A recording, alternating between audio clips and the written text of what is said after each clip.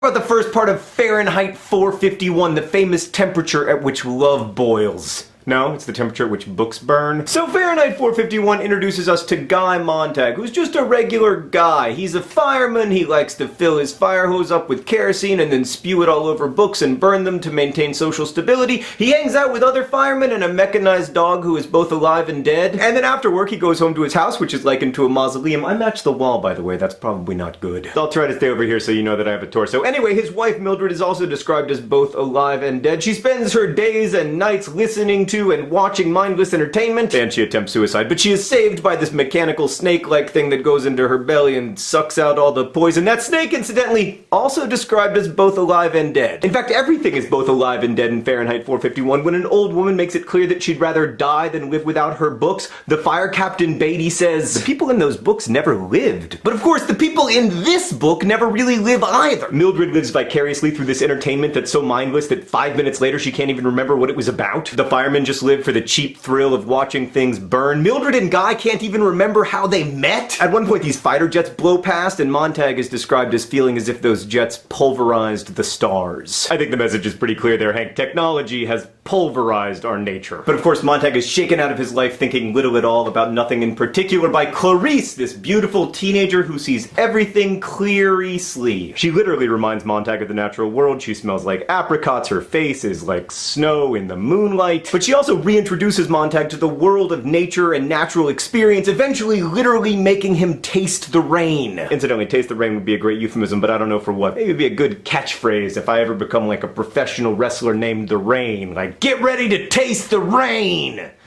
It's not good. I'm not going to become a professional wrestler. I need to just accept it. And then, of course, after Guy tastes the rain, Clarice disappears, presumably dead in the great tradition of the manic pixie dream girl. But she's already changed him, and he is collecting books that he ought to be burning, which threatens not just his career as a firefighter, but also, you know, his life. So, Hank, one of the weird things about dystopian fiction is that it has a way of coming true. So I just want to establish right now that if there is ever a Hunger Games, I will not be volunteering as tribute on your behalf. And Fahrenheit 451 is perhaps the most dramatic example of this in our literature. So let's have some historical context. Ray Bradbury wrote this book in a library on a typewriter that cost 20 cents an hour to rent, which might be why it's so short.